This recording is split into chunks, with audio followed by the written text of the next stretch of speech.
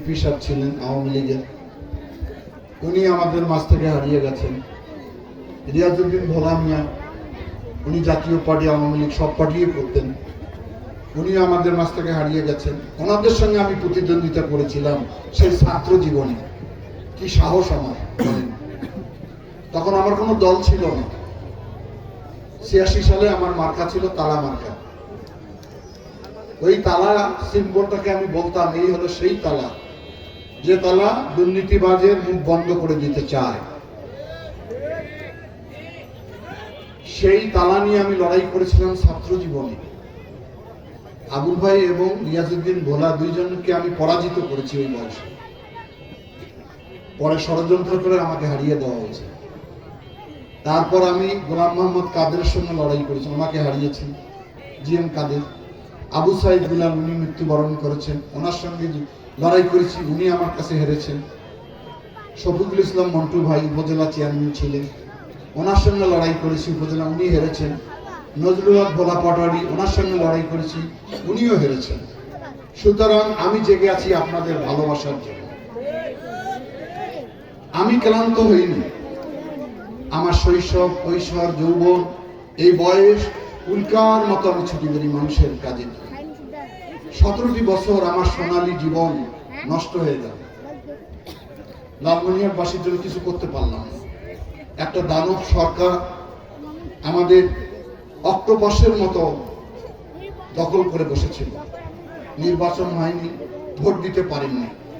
আজকের যে পরিবেশ, এই আনন্দ ঘন মনে ঈদের আমেজ তৈরি হচ্ছে সবার মধ্যে। এই আমেজ তৈরি করতে আমাদের 17টি বছর লড়াই সংগ্রাম করতে হয়েছে। কোনোদিন আমার রাজনৈতিক জীবনে আমি এই 5 নম্বর ওয়ার্ডে এত শান্তিপূর্ণ ভাবে একটা সভা করতে পারি না। আমাকে আসতেই দেওয়া হতো না। ভোট তো অনেক পরের বিষয়, আমি তো বলতেই পারতাম। এই যে পরিবেশটা তৈরি করতে যারা আত্মহতি দিল, যারা সংগ্রাম করলো, যারা আমাদের মাঝ থেকে হারিয়ে গেলেন, শহীদ হলেন, সেই সমস্ত সংগ্রামী ব্যক্তিদের আত্মার প্রতি গভীর শ্রদ্ধা জানাই।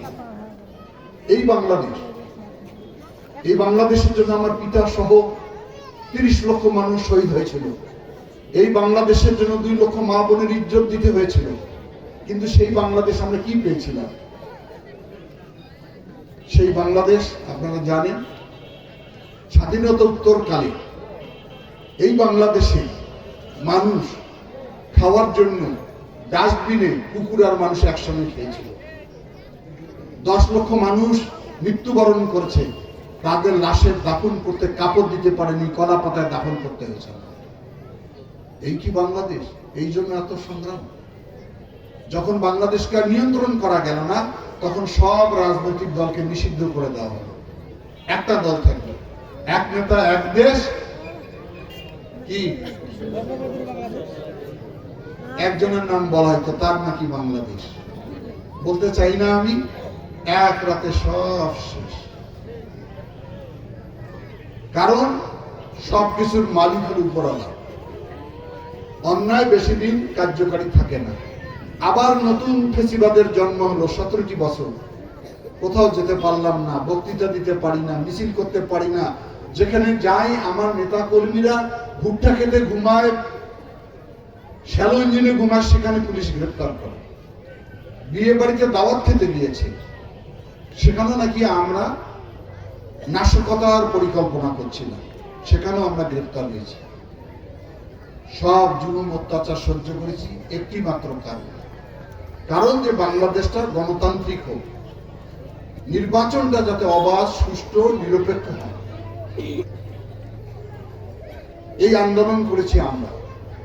সেই আন্দোলনের ফসল 24-এর 5ই আগস্ট সম্পন্ন হয়েছে। আমাদের কেন্দ্রে আমার এজেন্ট থাকতে পারে নাই, কর্মীরা থাকতে পারে নাই। এই যে আমাদের সালাম 5 নম্বর ওয়ার্ডে, আপনারাই সাক্ষী, সে একটা রাজনীতি করে। তার বাড়িটা কিভাবে জ্বালিয়েছিল, এই নানান তিলে তিলে এত অন্যায় পুঞ্জীভূত হয়েছিল। অনেকেই হতাশ হয়েছিলেন, বলেন দুলু ভাই আর কতদিন আন্দোলন করবেন, কতদিন সংগ্রাম করবেন, উনি কোনোদিন ক্ষমতা থেকে নামবে না। উনি মানে নাম বললাম না, আপনারা জানেন। আমি বললাম যে ধৈর্য ধারণ করো, পৃথিবীতে নমরুদ ফেরাউন কেউ টেকে না, ইনিও টিকবে না। তাই হয়েছে।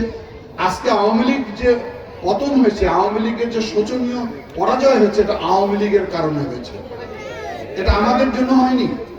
আওয়ামী লীগ যদি মানুষের গণতান্ত্রিক অধিকার দিত, ভোটাধিকার দিত, অন্যায় জুলুম অত্যাচার দুর্নীতি না করতো, তাহলে কি হইতো? ভোট হলে হয়তো অপোজিশনে যাইতো, আবার পজিশনে আসতো।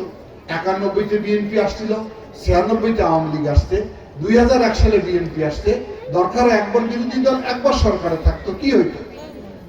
কিন্তু আজকে সব ছেড়ে পালিয়ে যেতে হয়েছে। হেডানো হয়েছিল, অহংকার হয়েছিল। অহংকার পতনের মূল।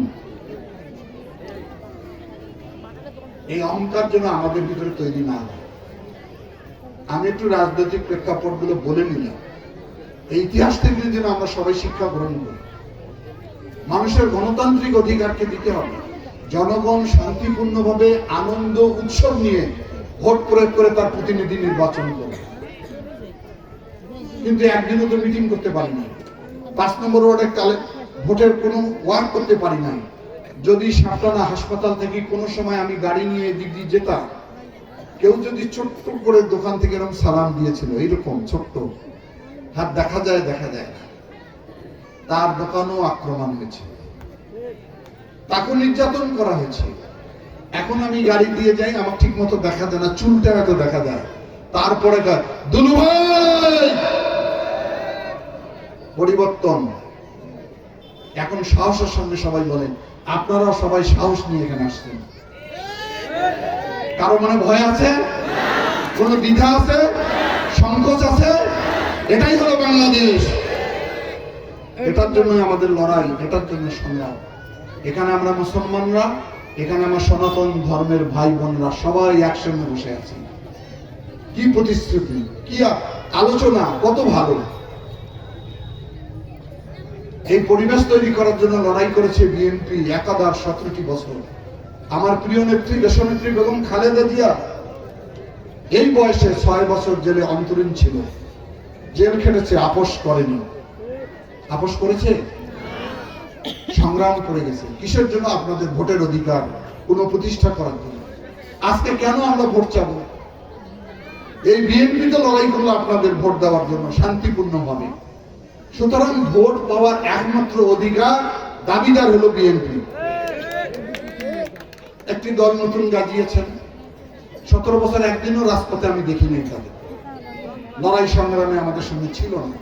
এখন বড় বড় সবক দিচ্ছেন, সেগুলো ব্যাপারে পরে বলবো। সে কারণে আমি মনে করি বিএনপি হলো একমাত্র দল সব সময় গণতন্ত্রের পক্ষে থাকে।